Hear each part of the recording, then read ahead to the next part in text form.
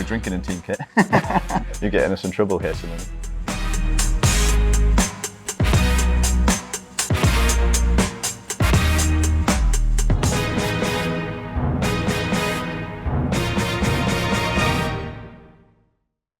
Mikey, Scott, welcome to the bar of Peroni Nastro Azzurro, 0.0%. It's so nice to have you here. Nice to be here. Pleasure to Thank be you here, for inviting us. When you pour a drink, it's a kind of when you drive a car. You do seem like a natural, I have to say. This is for you, Scott. Perfect. Thank you, And Simon. Mikey, salute. Is that how you say cheers Yes, in Italian? yes. Salute, Mikey. Salute. Salute. I would like to know a bit more about how everything started, because I believe you came from different journey, but now you are together.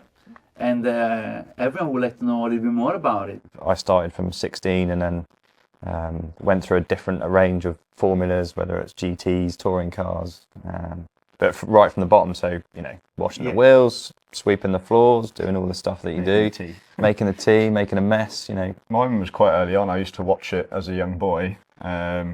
And I did do a little bit of racing when I was younger, probably the same as you've done a little bit. And when you realise that maybe from a driving point of view, that dream's not going to come reality, I did a lot of my own work on my own race karts and did everything myself. So it sort of became a natural progression that Formula One was going to be my dream, probably from 9 or 10 years old, maybe even earlier than that, to be honest.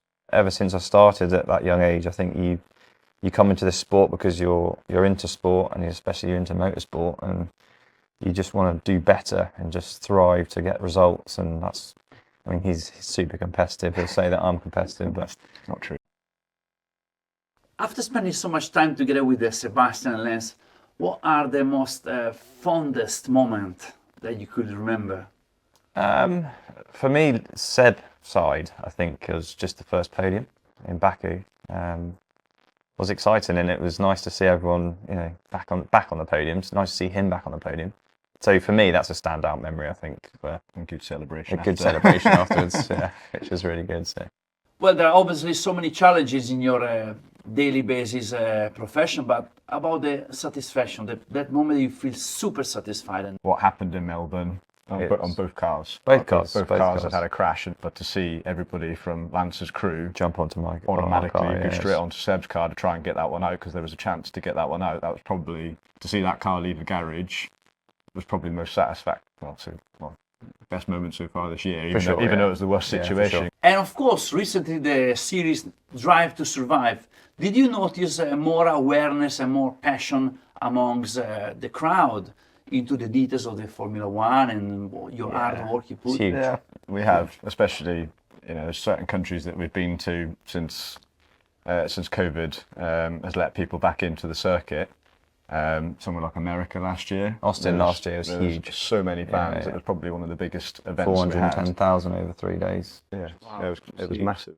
Obviously, every year the calendars of the F1 is getting bigger, more events. And how do you juggle between work, family time, free time, hobbies? You spend as much time with the guys in the team as you do with your family, but to have an understanding family at home, because they know this is your passion as well, makes a big difference, because they get to see you the odd time on TV or on social media, and we get text messages from people or some of our friends saying they've seen us or great result, and it makes you feel proud for what you do. So it's a happy balance as well.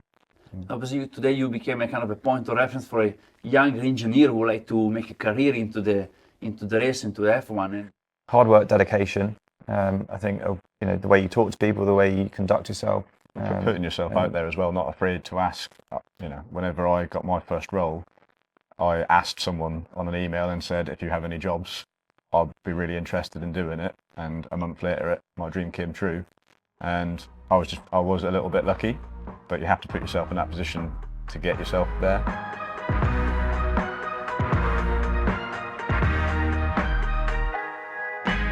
we simply pick them up like a steering wheel, yeah? Exactly. 45-degree angle the glass.